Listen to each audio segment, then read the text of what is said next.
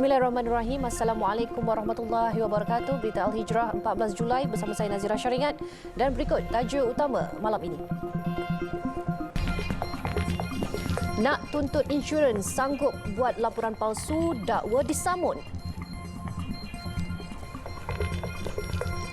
Juga mengaku simbah asid, warga emas dipenjara 12 bulan.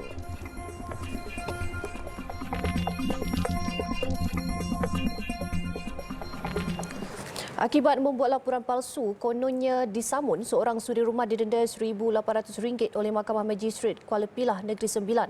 Tertuduh Hafiza Syuhada Abdul Hamid, 37 tahun, yang mengaku bersalah atas pertuduhan itu di hadapan Magistrate Saiful Sayoti turut berdepan hukuman 3 bulan penjara sekiranya gagal menjelaskan denda. Hafiza dituduh membuat laporan polis palsu yang mendakwa dia telah disamun di tepi jalan Juasih, Kuala Pilah oleh 2 lelaki yang tidak dikenali. Dia didakwa melakukan kesalahan itu di Balai Polis Kuala Pilah pada 11 Julai lalu kira-kira jam 1.51 tengah hari. Berikutan itu, dia dituduh mengikut Seksyen 182 Kanun Keseksaan. Terdahulu, Ketua Polis Daerah Kuala Pilah, Superintenden Amran Muhammad Ghani dalam kenyataan media berkata, wanita berkenaan membuat laporan bahawa beg tangannya diragut 2 lelaki yang menunggang motosikal ketika keluar dari kereta untuk membeli petai di tepi jalan besar Juasih, Batu Kikir. Wanita itu turut membuat aduan telah kehilangan pelbagai barangan berupa mata wang tunai asing, barang kemas, telefon bimbit, kad ATM, seutas jam tangan pintar dengan anggaran kerugian RM40,000. Bagaimanapun, hasil siasatan lanjut mendapati wanita berkenaan telah membuat laporan polis palsu untuk membuat tuntutan daripada syarikat insurans pelancongan yang memberi pelindungan insurans. Di Perak, 3 wanita termasuk pemilik taska dihadapkan ke Mahkamah Session Ipoh atas pertuduhan mengabaikan dan menganiaya 5 kanak-kanak di bawah jagaan mereka minggu lalu. Tertuduh yang juga pemilik taska Rozidah Yahaya, 51 tahun, dan kaki tangannya Nur Syafina Abdul Khair, 26, dan Wan Suhaila Miohir, 32 tahun, bagaimanapun mengaku tidak bersalah selepas pertuduhan dibacakan di hadapan Hakim Azizah Ahmad dan Hakim Ainul Syahrin. Pada prosiding kes, tertuduh Rozidah didakwa telah meninggalkan mangsa tanpa pengawasan dan menyebabkan mangsa cedera di lengan kiri. Perbuatan itu dilakukan di Taska Nuraihan, Taman Meru Perdana dalam daerah Cemor antara pukul 4.14 hingga 4.15 petang 6 Julai lalu. Pertuduhan terhadap ibu kepada 4 anak itu dikemukakan mengikut Seksyen 33(1)(a) Akta Kanak-Kanak 2021 yang membawa hukuman denda hingga RM20,000 atau penjara sehingga 5 tahun atau kedua-duanya sekali. Sementara itu, di Mahkamah Session Berasingan, Nur Syafina dan Wan Suhaila yang merupakan pembantu dan guru taska masing-masing didakwa bagi 3 pertuduhan menganiaya 4 kanak-kanak perempuan dan seorang lelaki berusia lingkungan 2 tahun. Perbuatan kedua-dua tertuduh termasuk dengan merentap rambut, menampar pipi, menekan kepala ke bantal, memukul belakang badan dan mencubit pipi mangsa itu dilakukan di lokasi sama pada 4 dan 6 Julai 2023. Pendakwaan terhadap mereka dikemukakan mengikut Seksyen 31(1)(a) Akta Kanak-Kanak 2001 yang memperuntukkan hukuman penjara maksimum 20 tahun atau denda sehingga RM50,000 atau kedua-duanya. Tarikh sebutan semula bagi ketiga-tiga tertuduh ditetapkan pada 16 Ogos depan.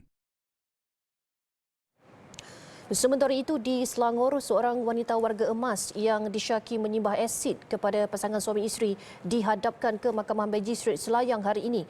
Ia atas 2 tuduhan dengan sengaja menyebabkan kecederaan menggunakan senjata.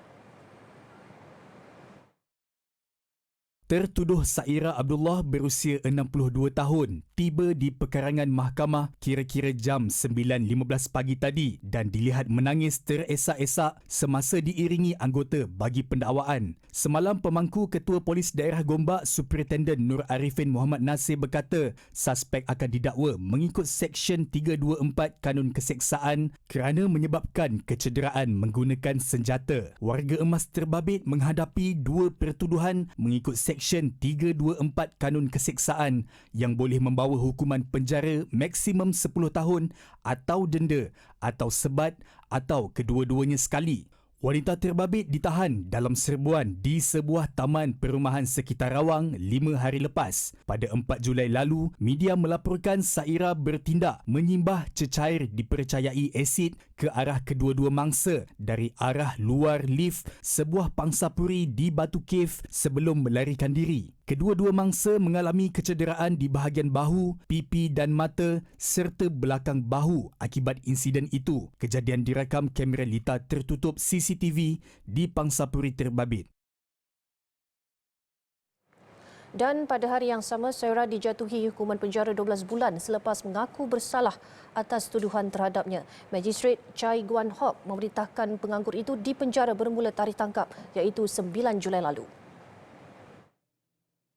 Saira sebelum itu mendakwa dia tidak tahan diganggu pengusaha kedai roti nan yang juga mangsa menyebabkan dia sanggup menyimbah asid pada seorang lelaki warga Pakistan berusia 37 tahun itu sehingga mengalami kelecuran tahap 1 di bahu kanan dan belakang badan. Mengikut pertuduhan, wanita itu didakwa sengaja menyebabkan kecederaan dengan menggunakan cecair kimia ke atas inam ullah di dalam lift pangsapuri Laksmana Jaya Kampung Laksmana Batu Cave pada 1.10 pagi 4 Julai lalu. Pertuduhan dibuat mengikut Seksyen 124 Kanun Keseksaan. Sementara itu, dalam prosiding sama, Saira mengaku tidak bersalah atas pertuduhan sama iaitu mendatangkan kecederaan terhadap seorang wanita Jamilah Sabda 60 tahun yang juga isteri inam di lokasi, waktu dan tarikh sama. Mahkamah membenarkan tertuduh diikat jamin RM4,000 dan menetapkan 12 September ini bagi sebutan semula kes. Mengikut fakta kes, seorang pengadu Nur Rashidah Abu Safian iaitu anak Jamilah telah menerima panggilan menyatakan bapa tirinya telah disimbah cecair kimia di lokasi kejadian. Peguam Izlin Ismail dari Yayasan Bantuan Guaman Kebangsaan Selangor yang mewakili Saira merayu hukuman ringan dengan alasan anak guamnya seorang mualaf kini dalam proses penceraian dengan suaminya selain mengalami kemurungan teruk serta menghidap penyakit darah tinggi. Peguam itu turut menambah anak guamnya tidak mempunyai rekod kesalahan lampau. Saira mendakwa dia telah diprovokasi oleh inam yang mahu berkawan dengannya walaupun lelaki itu sudah berkahwin. Dia dilapor tidak boleh berfikir dengan betul dengan mengambil tindakan sendiri iaitu menyimbah cecair kimia dan amat menyesali perbuatannya. Manakala di Pulau Pinang, dua lelaki mengaku tidak bersalah di Mahkamah Session Georgetown terhadap pertuduhan melakukan kekejaman terhadap haiwan selepas memukul seekor anjing sehingga mati. Rosli Madzin, 53 tahun dan Suhaili Harun, 49 tahun membuat pengakuan itu terhadap pertuduhan berkenaan di hadapan Hakim Muhammad Khalid A.B. Karim. Berdasarkan kertas pertuduhan, Rosli yang merupakan seorang nelayan manakala Suhaili yang bekerja sebagai pemandu bas didakwa telah memukul seekor anjing di dalam longkang kira-kira jam 8.30 malam pada 8 Julai lalu di Kampung Teluk Tempoyak, Batu Maung. Mereka didakwa mengikut Seksyen 29 dalam kurungan 1 dalam kurungan A Akta Kebajikan Haiwan 2015 dan jika sabit kesalahan boleh didenda sehingga RM100,000 atau penjara maksimum 3 tahun atau kedua-duanya sekali. Pertuduhan turut dibaca mengikut Seksyen 34 Kanun Keseksaan yang memperuntukkan hukuman penjara minimum 5 tahun dan tidak lebih 10 sebatan. Muhammad Khalid menetapkan ikat jamin RM1,000 bagi setiap tertuduh sebelum menambah syarat kedua-duanya perlu melaporkan diri di Balai Polis berhampiran pada hari pertama setiap bulan. Sebelum ini, tular video di media sosial anjing diseksa dua lelaki sampai mati. Susulan daripada itu, satu laporan dibuat oleh seorang anggota polis untuk siasatan dan tindakan lanjut selepas menyaksikan klip video berkenaan. Polis kemudiannya berjaya menahan 3 lelaki bagi membantu siasatan berhubung kejadian itu di sekitar Batu Maung antara jam 11.45 malam 9 Julai hingga 1 pagi 10 Julai. Dua minah rempit yang aksi mereka tular kerana menunggang motosikal secara berbahaya termasuk melakukan aksi Superman di Lebuh Raya Utara Selatan ditahan polis. Ketua Polis Daerah Mualim Superintendent Muhammad Hasni Muhammad Nasir berkata kedua-duanya menyerah diri di bahagian siasatan dan penguasaan trafik Ibu Pejabat Polis Daerah IPD Mualim pada 9.10 malam semalam. Jelas Muhammad Hasni, wanita itu berjaya dikesan polis susulan tular rakaman video berdurasi 45 saat yang memaparkan dua penunggang motosikal melakukan aksi berbahaya di media sosial sejak kemarin. Siasatan awal mendapati aksi mereka dirakam di kilometer 375.9 arah utara pada Ahad lalu dan remaja berusia 18 dan 21 tahun itu menunggang dari Kuala Lumpur ke Ipoh. Apabila mereka sampai di kawasan rehat dan rawat Behrang, kedua-dua suspek melakukan aksi Superman iaitu meniarap di atas tempat duduk dan mencelah di antara kenderaan lain. Muhammad Hasni berkata kedua-dua mereka berasal dari Pulau Indah Selangor dan masing-masing bekerja sebagai operator platform e-dagang dan pengasuh bayi serta tidak mempunyai rekod jenayah. Pihak polis telah mengeluarkan saman ke atas mereka kerana kesalahan tiada lesen dan kes disiasat mengikut Seksyen 42-1 Akta Pengangkutan Jalan 1987. 5 beranak nyaris maut apabila kenderaan pelbagai guna MPV dinaiki mereka merempuh puluhan guni muatan bahan mentah yang terjatuh daripada sebuah lori. Kemalangan berlaku di Lebuh Raya Utara Selatan arah utara di kilometer 210.6 awal pagi tadi. Komander Operasi dari Balai Bomba dan Penyelamat BBP Aikro, penguasa bomba kanan 1, Zainuddin Abdullah berkata pihaknya menerima panggilan kecemasan pada jam 6.59 pagi. Seramai 24 anggota termasuk bantuan daripada BBP Alur Gajah telah dikejarkan ke lokasi kejadian. Apabila tiba di lokasi, bomba mendapati sebuah MPV jenis Honda Odyssey telah melanggar longgokan guni berisi bahan plastik mentah di lorong kanan. Semua penumpang iaitu pasangan suami isteri dan 3 anak mereka terselamat dan tidak mengalami sebarang kecederaan. Puluhan guni tersebut dipercayai terjatuh daripada sebuah lori sebelum dilanggar MPV yang gagal mengelak ketika itu. Situasi kemudian dapat dikawal dengan operasi mengalihkan bahan mentah segera dilakukan.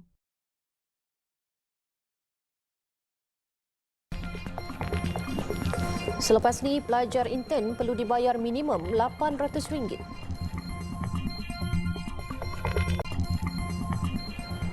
Alhamdulillah, bertemu kembali.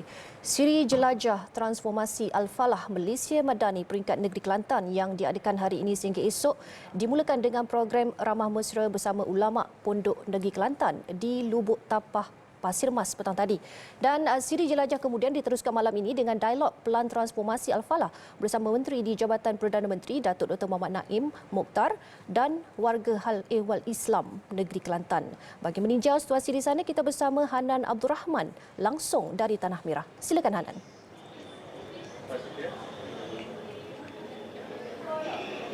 Terima kasih diucapkan kepada Nazirah Syaringat. Kini saya berada di Dewan Nuriati Restoran Selera tepi sungai Tanah Merah Kelantan di mana akan diadakan dialog Pelan Transformasi Al-Falah bersama warga hal ehwal Islam Negeri Kelantan bersempena program Siri Jelajah Transformasi Al-Falah oleh Yang Berhormat Menteri Agama Senator Datuk Setia Dr. Haji Muhammad Naim Mokhtar, dan antara yang hadir pada malam ini adalah guru-guru kafar, guru takmir, imam-imam dan juga kader JAKIM di negeri Kelantan. Terdahulu Yang Berhormat Menteri Agama beramah mesra bersama ulama Pondok Negeri Kelantan di Pondok Lubuk Tapah Pasir Mas Kelantan. Turut hadir bersama Yang Berhormat Menteri ialah Mufti Wilayah Persekutuan Sahibus Samahah Datuk Dr. Lokman Haji Abdullah serta ketua-ketua agensi di bawah Jabatan Perdana Menteri bahagian hal ehwal agama. InsyaAllah program Siri Jelajah Al-Falah ini akan diteruskan esok di mana akan berlangsungnya perasmian Karnival Al-Falah di Sekolah Menengah Kebangsaan Kampung Laut Tumpat Kelantan.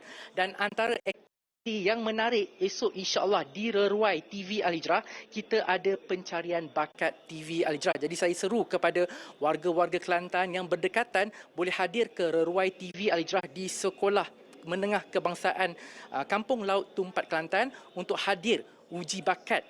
InsyaAllah kita akan mencari pencarian bakat-bakat baru di TV Al-Hijrah. InsyaAllah sekian saja laporan saya daripada Kelantan bersama dengan juru kamera Zamil Zulkafli untuk Berita Al-Hijrah. Baik, terima kasih Hanan langsung dari Tanah Merah. Baik, kita ke laporan seterusnya. Lebih 200,000 penerima sumbangan tunai rahmah STR akan menerima sumbangan asas rahmah atau SARA sebanyak RM600 mulai 17 Julai ini. Perdana Menteri Datuk Seri Anwar Ibrahim berkata, bantuan tersebut merupakan usaha kerajaan untuk meringankan beban rakyat yang berdepan kos sara hidup yang semakin mencabar ketika ini. Sumbangan tunai rahmah STR untuk meringankan kos sara hidup ditambah kerana setakat ini lebih 200,000 penerima STR yang dikategorikan sebagai miskin tegar berdasarkan data e-Kasih akan turut menerima sumbangan asas rahmah mulai 17 Julai 2023 berjumlah RM600 bagi mendapatkan keperluan barangan makanan asas. Beliau berkata demikian pada Majlis Libat Urus Belanjawan 2024 memperkasa Malaysia Madani di Putrajaya petang tadi. Jelas Datuk Seri Anwar, perincian berhubung program baharu berkenaan akan diumumkan dalam masa terdekat. Tambahnya, kerajaan akui bahawa negara berdepan cabaran ekonomi dan kos sara hidup yang tinggi. Justru itu, SARA merupakan sebahagian daripada inisiatif baharu kerajaan untuk membantu mengurangkan beban rakyat. Baik, dalam perkembangan lain, Perdana Menteri mengumumkan alaun perantisan sebanyak RM800 sebulan kepada pelatih industri. Datuk Seri Anwar Ibrahim berkata, ia merupakan jumlah minimum yang perlu dibayar kepada mahasiswa yang menjalankan latihan industri di sektor kerajaan dan syarikat-syarikat berkaitan kerajaan GLC. Tambahnya, meskipun belum ada akta khusus yang mewajibkan pembayaran alaun buat pelatih industri, namun ketetapan itu adalah penting khususnya buat pelajar yang berlatar belakangkan dari keluarga miskin. Dan saya nak merayulah kepada syarikat-syarikat juga yang mengambil intern. Dan intern ni dia dah graduate, menjadi siswaza. Tapi setengah-setengah syarikat tak ambil, tak bayar, atau bayar kecil sangat. Dahlah habis kerja, habis belajar. Kemudian tak mungkin dia nak, dan tak ada lagi pinjaman dan bantuan dan PTPTN. Jadi terpaksa bergantung pada ibu bapa. Oleh itu, untuk kerajaan dan syarikat GLC, alaun perantisan minimum RM800 sebulan untuk semua intern. Tambahnya, Kementerian Kewangan akan menetapkan perkara itu secara dasar bagi memastikan kesemua syarikat yang mengambil pelajar untuk menjalani latihan industri mematuhi pembayaran alaun minimum tersebut.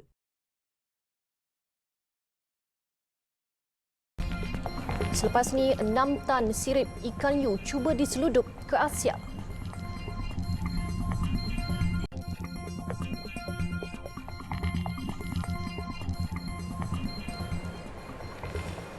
Alhamdulillah, masih bersama Berita Al-Hijrah. Menteri Pembangunan Sosial dan Keluarga Singapura Masagos Zulkifli mengadakan pertemuan dengan rakan sejawatnya Menteri di Jabatan Perdana Menteri Datuk Dr. Muhammad Naim Mokhtar. Masagos Zulkifli juga merupakan menteri bertanggungjawab bagi hal ehwal masyarakat Islam di Singapura.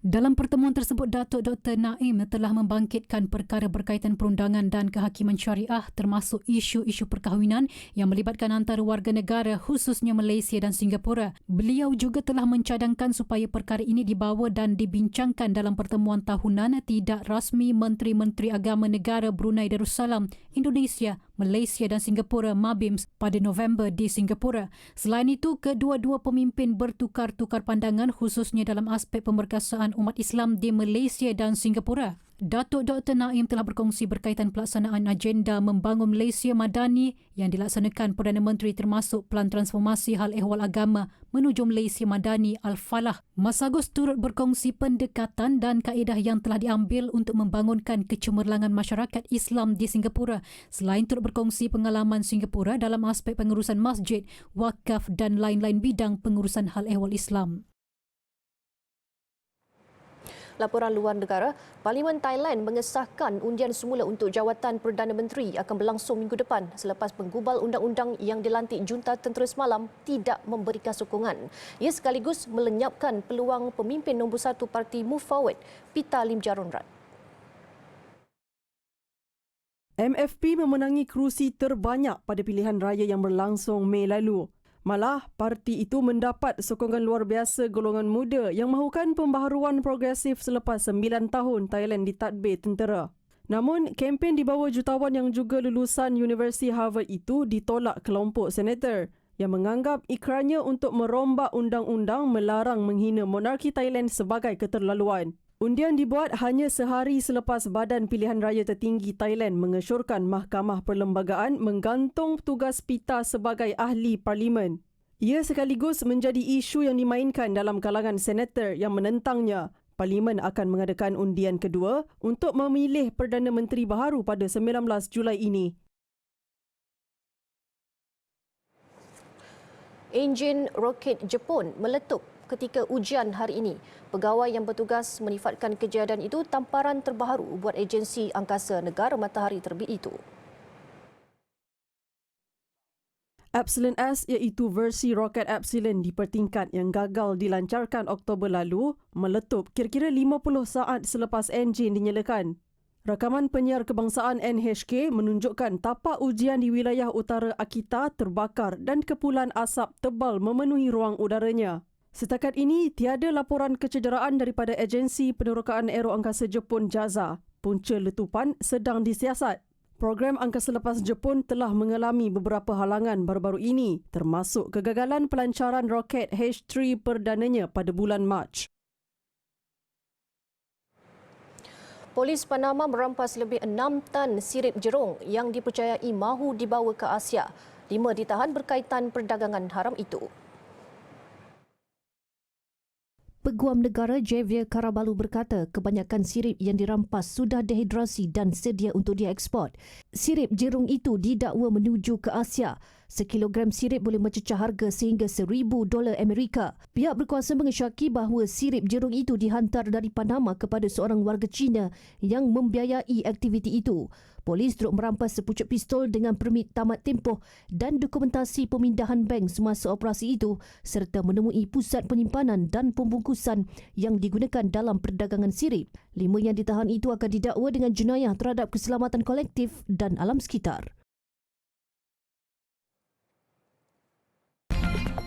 Kerjasama Malaysia dan Elon Musk buka puluhan ribu peluang pekerjaan.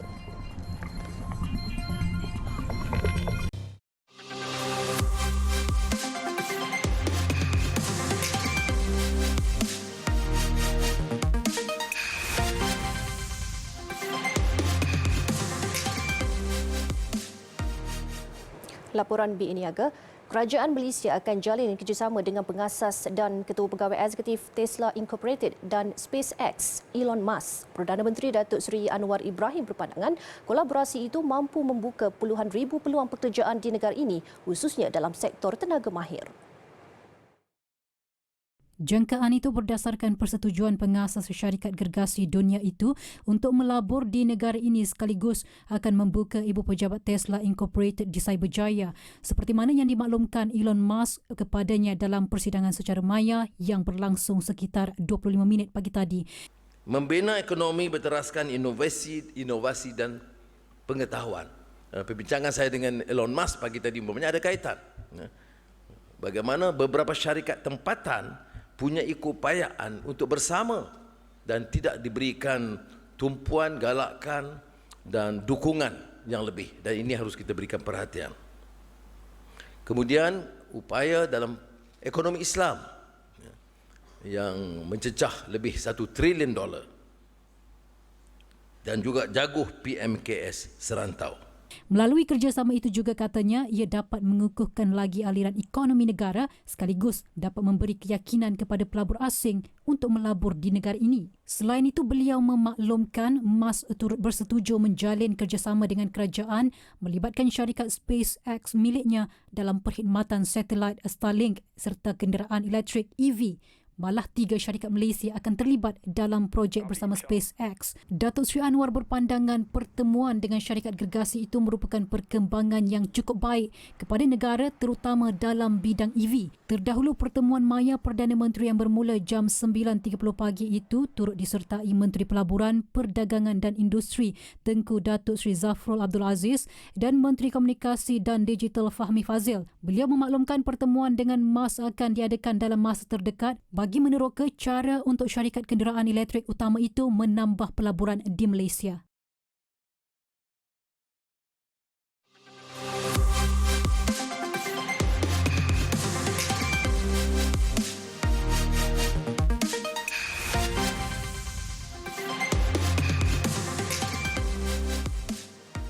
Baik, sekian untuk malam ini. Banyak lagi kandungan berita Al-Hijrah menerusi platform media sosial seperti Facebook, Twitter, YouTube, Instagram dan TikTok.